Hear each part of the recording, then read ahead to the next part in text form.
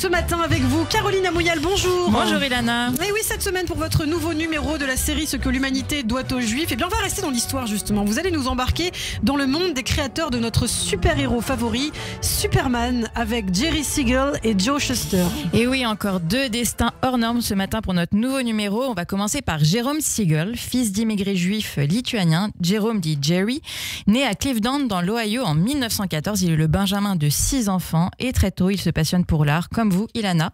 Siegel est un fan de bande dessinée et de cinéma, en particulier des pulps de science-fiction, c'est-à-dire souvent des histoires de crimes policiers ou d'horreur. Et de son côté, son futur acolyte, Joseph Shuster, dit Joe, est lui aussi fils d'immigrés juifs ashkénazes.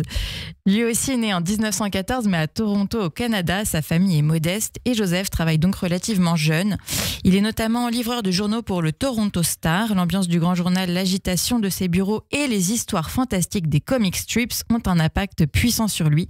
Il commence à dessiner pour se divertir. Et donc c'est en 1931 que les deux hommes se rencontrent. Oui, car Joseph Shuster emménage à l'âge de 9 ans à Cleveland avec sa famille où se trouve une importante école d'art. C'est là-bas que Joe rencontre Siegel, qui écrit déjà pour le journal du lycée.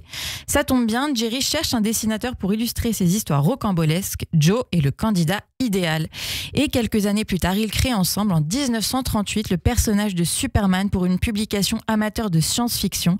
Un personnage peu populaire à l'époque, si bien qu'il ne sera vendu, lui et tout ce qui s'y rattache sans limite de temps, que $130 à l'éditeur Detective Comics, environ 120 €. Une somme dérisoire quand on sait qu'aujourd'hui Superman vaut des milliards. Mais effectivement, assez incroyable. En tout cas, Superman connaîtra un succès immédiat à l'époque, apparaissant sur la couverture du premier numéro d'Action Comics. On est en juin 1938. Oui, Comic Strips, Comics Books, Joe et Jerry croulent sous les demandes des éditions. DC augmente la rémunération du duo à $20 par page, plus 5% des revenus nets des produits dérivés.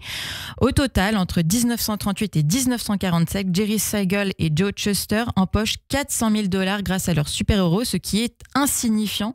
Pour vous dire, il y a quelques années, une BD Superman de 1939 a été vendue aux enchères $2,6 millions, soit 2,3 millions d'euros, alors qu'au moment de sa sortie en 1938, la même était vendue dans les kiosques pour seulement 10 cents. Alors on ne le sait pas forcément, mais Superman, Caroline, est un personnage juif. Oui, car aux États-Unis, dans la période qui sépare la Grande Dépression de la guerre froide, l'industrie de la bande dessinée devient en grande partie juive. L'apparition des super-héros est clairement liée au processus d'intégration des immigrés juifs, car les portes d'accès de la publicité et de l'édition sont souvent fermées aux juifs qui ne peuvent que prétendre à l'illustration. Pour anecdote, Stan Lee, le créateur de nombreuses séries Marvel et notamment de Spider-Man, s'appelle d'ailleurs en réalité Stanley Lieber. Il avait dissimulé son patronyme aux consonances étrangères dans un souci d'intégration. Presque tous les créateurs de super-héros sont juifs et ont changé leur nom, notamment Bob Kane pour Robert Kahn, créateur de Batman, ou encore Jack Kirby pour Jacob Kurtzberg, créateur des 4 Fantastiques, Hulk, les X-Men, et il y a aussi Will Eisner et Joe Simon. Et vous avez raison, Superman est aussi l'expression d'un particularisme juif assimilé à la persécution des juifs depuis des siècles en Europe. Les Juifs avaient besoin d'un héros capable de les protéger des forces obscures. Le héros était tout trouvé, Superman. Le super-héros incarnerait donc la réparation fantasmatique d'une catastrophe, la destruction des Juifs d'Europe, qu'aucune armée alliée n'a pu éviter. Enfin, malgré le succès de Superman, Joe et Jerry passent par une sacrée traversée du désert, on peut le dire, notamment sur le plan judiciaire et financier. Et oui, en effet, en 1946, le duo essuie des démêlés judiciaires avec Detective Comics à propos des droits sur Superman, dont ils seront dépossédés. Contraints au travail à la pige jusqu'à la fin des années 40, Siegel et Shuster présenteront sans succès des projets aux éditeurs. Siegel devient un artisan fiable mais peu reconnu de l'industrie et se reconvertit greffier dans un tribunal de Californie, tandis que Shuster, qui a de graves problèmes de vue, vivote en réalisant dans l'anonymat des illustrations. Et oui, triste destin. Ce n'est qu'en 1978 finalement que Shuster et Siegel obtiennent gain de cause.